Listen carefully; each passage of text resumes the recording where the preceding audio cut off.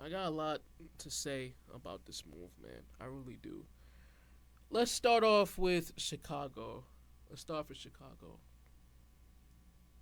I don't even know where to start. I'm gonna look into a couple quotes that Woj said when he announced his trade. The details are wrong around the trade. I got a couple quotes right now with me, real quick. Comes with all-star potential, Josh Giddey.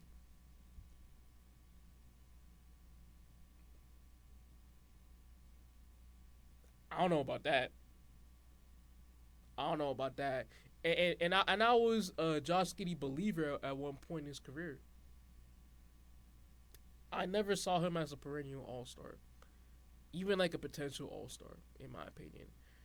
So for apparently the Bulls front office to say about that, I'm not sure. I'm not sure. And I have one more quote. The Bulls were determined to find a playmaker to replace Lonzo Ball. Now, Lonzo Ball obviously has his flaws as a player. Hopefully, he can get back soon to the league healthy.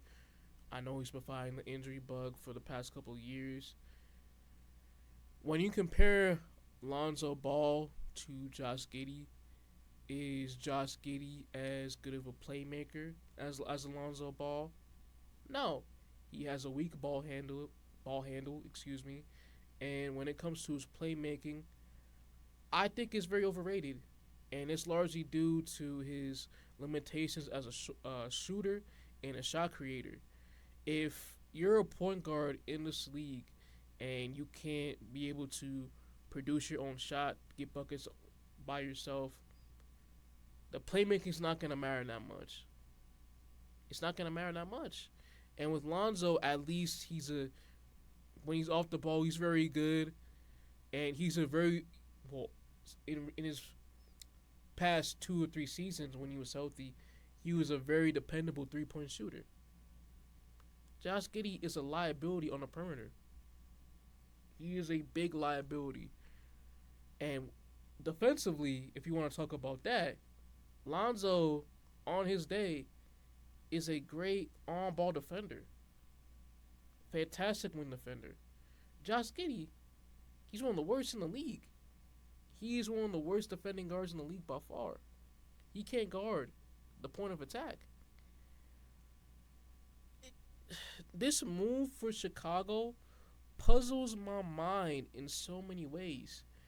The fact that you traded away Alex Caruso, who is an elite role player, can do so many things for a contending team, who previously was rumored to be traded in exchange for one, even multiple first round picks. For you to absolutely get no draft capital from a team with the most first round draft picks in NBA history, and to get a raw prospect in Josh Giddey who needs the ball to succeed, when you have a guy like Kobe White who had his best season as a professional basketball player with the ball in his hands, being the primary ball handler. He had he could White could have had a most improved player award this season. He was that good. It was one of the biggest surprises in the NBA season, Kobe White's development. And because of that, it was because he had the ball in his hands. He had the usage rate to operate within the offense. I honestly don't see a future where Kobe White and Josh Giddey can work together in a starting backcourt, because you have to put Giddey at the one, and Kobe White, he had his best season of his career at the one, and his worst ball was at the two. So I don't know how you can work that out. And they're both not good defenders too. On a team that is already one of the worst defending units in the entire league, like out of that entire rotation, only Ayo Dosunmu and Patrick Williams are the only legit defenders within that team. The only ones.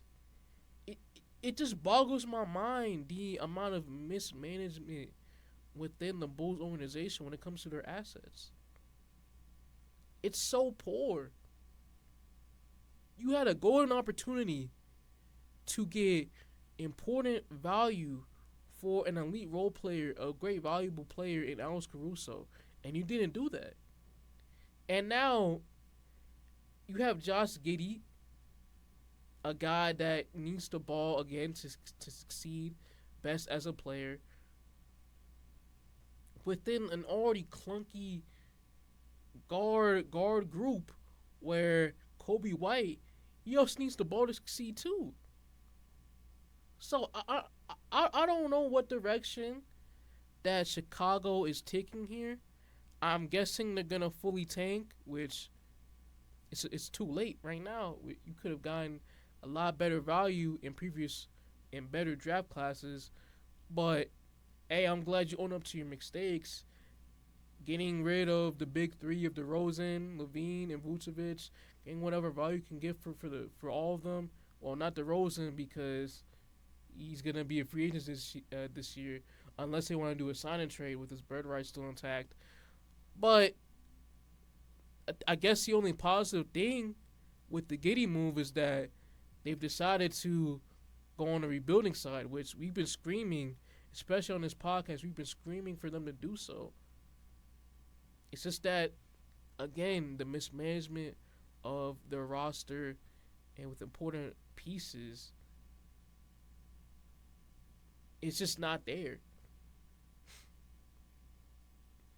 It's really not there, man. I don't know. If you're a Bulls fan, there's just a lot of things to not be happy about, and this move is no different. No different.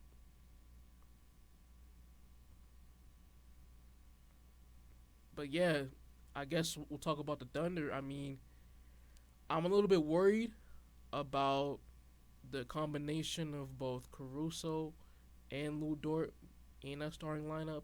I think down the line in a potential playoff series, teams can afford to sag off on both Caruso and Lou Dort in the half-court offense on the three-point line, putting more of their attention on Shea and other guys as well, such as J-Dub and Chat. But for Sam Presti to give away pretty much nothing, the only asset you were able to give away was a guy who wasn't going to be in their long-term plans, to get an elite role player who is a Swiss Army knife, can defend multiple positions, he had a 40% clip from the three-point line last year.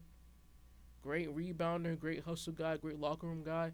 For you to get a guy like Caruso within a young team that is ready to contend for an NBA championship while giving away zero value is impressive and an absolute fleece. I mean, even if it's just a one-year rental and Caruso potentially wants to broaden his horizons, move to another team, get more money, you give up nothing in the trade. Nothing. So, with this, it's a very low-risk, high-reward move for this Thunder team. And when you look at their defensive personnel on the wings, Lou Dort, J-Dub, SGA, Casey Wallace off the bench, and now Caruso to that perimeter defense. That is one of the nastiest defending cores in the entire league on paper. On a team that was very good defensively last season. And if they were to sign Caruso to a long-term extension, it would be around 4 years, $80 million. That type of contract. And that's very affordable for this Thunder team especially. Just an A-plus move all around.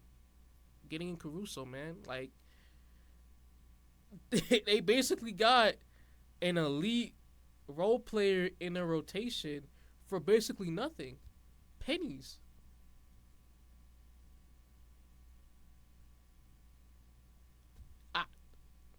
How did they let this happen, Chicago? I don't know. I'm not sure. You might have to investigate it. But for the Thunder, like don't take the any day of the week, any given day.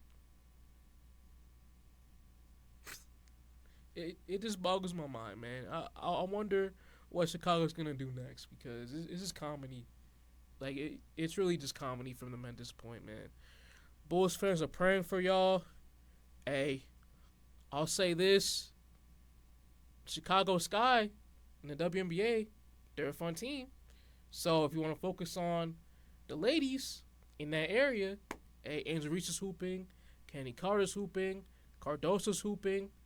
A lot of fun players on that unit so far.